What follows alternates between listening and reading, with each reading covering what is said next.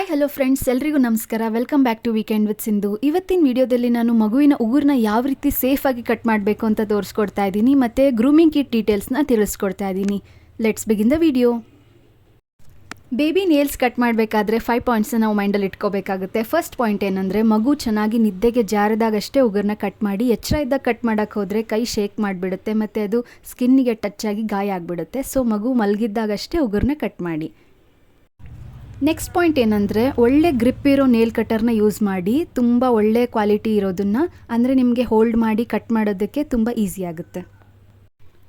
Next, ಒಳ್ಳೆ light ಹಚ್ಕೊಳ್ಳಿ. Dim ಲೈಟಲ್ಲಿ ಮಾತ್ರ cut ಮಾಡೋಕ್ಕೆ ಹೋಗಲೇಬೇಡಿ, ಸರಿಯಾಗಿ ಉಗುರು ಕಾಣಲ್ಲ. ಯಾಕಂದರೆ ಬೇಬಿ ನೇಲ್ಸ್ ತುಂಬ ಚಿಕ್ಕದಾಗಿರುತ್ತೆ. ಒಳ್ಳೆ ಲೈಟಲ್ಲಿ ನೀವು ಉಗುರನ್ನ ಕಟ್ ಮಾಡಿ. ನೆಕ್ಸ್ಟ್ ಪಾಯಿಂಟ್, ಬೇಬಿ ನೇಲ್ಸ್ ಸ್ಕಿನ್ನಿಗೆ ತುಂಬ ಅಟ್ಯಾಚ್ಡ್ ಆಗಿರುತ್ತೆ. ಹಾಗಾಗಿ ನಾವು ಸ್ಕಿನ್ನ ಪ್ರೆಸ್ ಮಾಡಿ ಹಿಡಿದು ಆಮೇಲೆ ಉಗುರನ್ನ ಕಟ್ ಮಾಡಬೇಕಾಗುತ್ತೆ. ಇಲ್ಲಾಂದರೆ ಸ್ಕಿನ್ ಕಟ್ಟಾಗೋ ಚಾನ್ಸಸ್ ತುಂಬ ಇರುತ್ತೆ. ನೆಕ್ಸ್ಟು, ಮಗುಗೆ ನೀವು ಸ್ನಾನ ಮಾಡಿಸಿದಾಗ ಉಗುರನ್ನ ಕಟ್ ಮಾಡಿ. ಯಾಕಂದರೆ ಸ್ನಾನ ಮಾಡಿಸಾದ್ಮೇಲೆ ಮಗು ಚೆನ್ನಾಗಿ ನಿದ್ದೆಗೆ ಹೋಗಿರುತ್ತೆ. ಆವಾಗ ಕೈಯೂ ಅಷ್ಟೇ ತುಂಬ ಸಾಫ್ಟಾಗಿರುತ್ತೆ, ನೇಲ್ಸು ತುಂಬ ಸಾಫ್ಟಾಗಿರುತ್ತೆ. ಉಗುರು ಕಟ್ ಮಾಡೋಕ್ಕೆ ತುಂಬ ಈಸಿ ಆಗುತ್ತೆ. ಲಾಸ್ಟ್ ಪಾಯಿಂಟ್ ಏನಂದರೆ, ನಿಮಗೊಬ್ಬರಿಗೆ ಕಷ್ಟ ಅನಿಸಿದ್ರೆ ಯಾರ್ದಾದ್ರೂ ಸಹಾಯನ ತಗೊಳ್ಳಿ ಮನೆಯಲ್ಲಿ. ಬನ್ನಿ ಈಗ ನೇಲ್ಸ್ ಕಟ್ ಮಾಡೋದು ತೋರಿಸ್ತಾ ಇದ್ದೀನಿ. ನಾನು ಲವ್ ಲ್ಯಾಪ್ ಅವರ ನೇಲ್ ಕಟರ್ನ ಯೂಸ್ ಮಾಡ್ತಿದ್ದೀನಿ. ತುಂಬ ಒಳ್ಳೆ ಕ್ವಾಲಿಟಿ ಇದೆ, ಗ್ರಿಪ್ಪು ಅಷ್ಟೇ ತುಂಬ ಚೆನ್ನಾಗಿದೆ.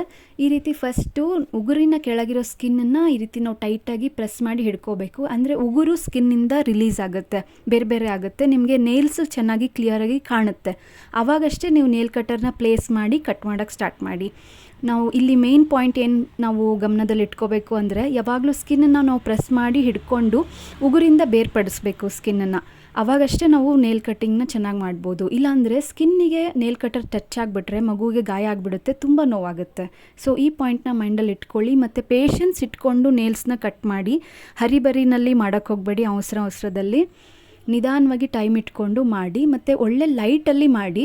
ಫೋನ್ ಲೈಟ್ ಆಗಿರ್ಬೋದು, ಇಲ್ಲ ಟ್ಯೂಬ್ ಲೈಟು, ರೂಮಲ್ಲಿ ಒಳ್ಳೆ ಲೈಟಿಂಗ್ ಇಟ್ಕೊಂಡು ನೇಲ್ಸ್ನ ಕಟ್ ಮಾಡಿ. ಈಗ ನೇಲ್ಸ್ ಎಲ್ಲ ಕಟ್ ಮಾಡಾಗಿದೆ. ನೇಲ್ ಫೈಲರ್ನ ಯೂಸ್ ಮಾಡಿಕೊಂಡು ನೇಲ್ಸ್ನಲ್ಲಿ ಏನಾದರೂ ತುಂಬ ಶಾರ್ಪ್ ಇದ್ದರೆ ಅದನ್ನು ನಾವು ಈ ರೀತಿ ಟ್ರಿಮ್ ಮಾಡ್ಕೋಬೋದು.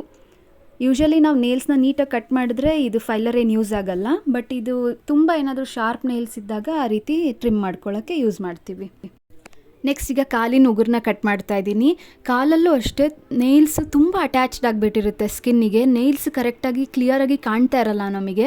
ಆವಾಗ ನಾವು ಸ್ಕಿನ್ನನ್ನು ತುಂಬ ಪ್ರೆಸ್ ಮಾಡಿ ಹಿಡಿದು ಉಗುರನ್ನ ಕಂಡ ಮೇಲೆ ಅಷ್ಟೇ ನಾವು ನೇಲ್ಸ್ನ ಕಟ್ ಮಾಡಬೇಕಾಗುತ್ತೆ. ಈ ರೀತಿ ನಾನು ಟೈಟಾಗಿ ಸ್ಕಿನ್ನನ್ನು ಹಿಡಿದು ಪ್ರೆಸ್ ಮಾಡಿ ಹಿಡಿದು ಕಟ್ ಮಾಡ್ತಾ ಇದ್ದೀನಿ. ಈ ರೀತಿ ಕೇರ್ಫುಲ್ಲಾಗಿ ಕಟ್ ಮಾಡಿ.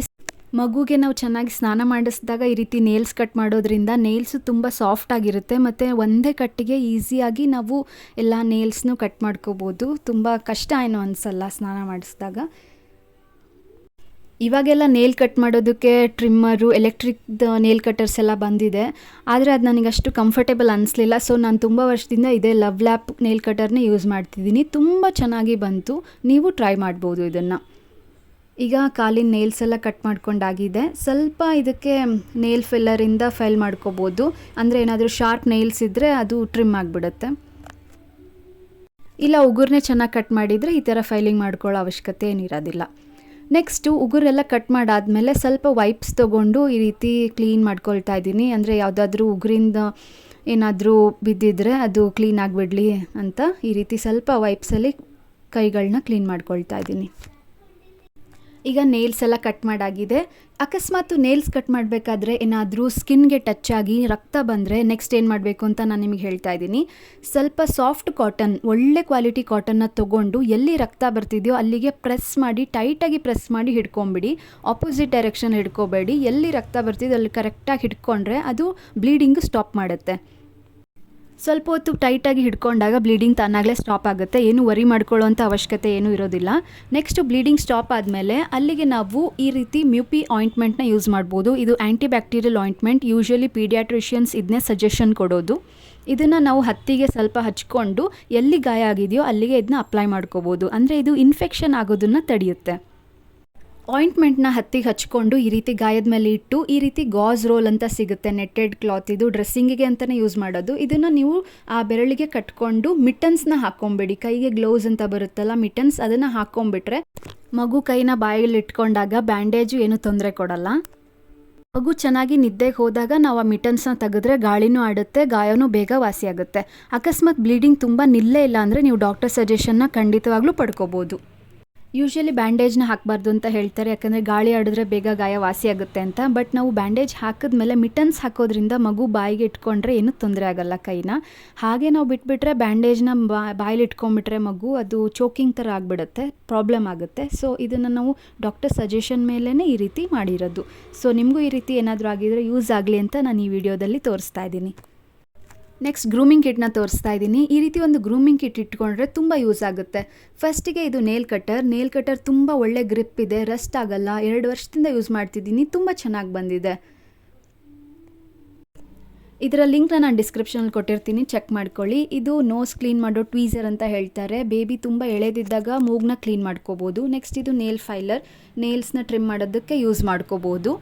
ನೆಕ್ಸ್ಟು ಸಿಸರ್ಸ್ ಕೊಟ್ಟಿದ್ದಾರೆ. ಸಿಸರ್ಸ್ ಒಳ್ಳೆ ಕ್ವಾಲಿಟಿ ಇದೆ, ಹೋಲ್ಡು ಗ್ರಿಪ್ ಎಲ್ಲ ಚೆನ್ನಾಗಿದೆ. ನೆಕ್ಸ್ಟ್ ಇದು ಕೋಂಬು, ಹೇರ್ ಬ್ರಷ್ ತುಂಬ ಚೆನ್ನಾಗಿದೆ. ಹೇರ್ ಬ್ರಷ್ ಇದು ಮಕ್ಕಳಿಗೆ, ಎಳೆ ಮಗುವಿಗೆ ತುಂಬ ತಲೆ ಏನಾದರೂ ಕಡ್ತಾ ಬಂದರೆ ಇದನ್ನ ಯೂಸ್ ಮಾಡ್ಕೋಬೋದು. ನೆಕ್ಸ್ಟ್ ಇದು ಕೋಂಬು ಅಷ್ಟೇ ತುಂಬ ಚೆನ್ನಾಗಿದೆ, ಗ್ರಿಪ್ಪು ತಲೆಗೆ ಚುಚ್ಚಲ್ಲ ಇದು. ಮಕ್ಕಳಿಗೆ ಇದನ್ನ ಯೂಸ್ ಮಾಡ್ಕೋಬೋದು ನಾವು. ಇದೆಲ್ಲ ಒಂದು ಸೆಟ್ಟಲ್ಲಿ ಸಿಗುತ್ತೆ ನಿಮಗೆ. ಇದರ ಲಿಂಕ್ನ ನಾನು ಡಿಸ್ಕ್ರಿಪ್ಷನಲ್ಲಿ ಕೊಟ್ಟಿರ್ತೀನಿ, ಚೆಕ್ ಮಾಡ್ಕೊಳ್ಳಿ. ಸೊ ಈ ಥರ ಒಂದು ಗ್ರೂಮಿಂಗ್ ಕಿಟ್ ಇಟ್ಕೊಂಡ್ರೆ ಎಲ್ಲದಕ್ಕೂ ನಮಗೆ ಹೆಲ್ಪ್ ಆಗುತ್ತೆ. ಮಕ್ಕಳು ಮನೇಲಿದ್ದಾಗ ಈ ರೀತಿ ಒಂದು ಗ್ರೂಮಿಂಗ್ ಕಿಟ್ ಇರಲೇಬೇಕಲ್ವಾ. ಈ ವಿಡಿಯೋ ನಿಮ್ಗೆ ಇಷ್ಟ ಆಗಿದೆ ಅನ್ಕೊತೀನಿ. ಪ್ಲೀಸ್ ಒಂದು ಲೈಕ್ ಮಾಡಿ, ಶೇರ್ ಮಾಡಿ, ನನ್ನ ಚಾನಲ್ಗೆ ಸಬ್ಸ್ಕ್ರೈಬ್ ಮಾಡ್ಕೊಳ್ಳಿ. ಮುಂದಿನ ವಿಡಿಯೋದಲ್ಲಿ ನಾನು ನಿಮಗೆ ಸಿಗ್ತೀನಿ. ಅಲ್ಲಿವರೆಗೂ ನಮಸ್ಕಾರ.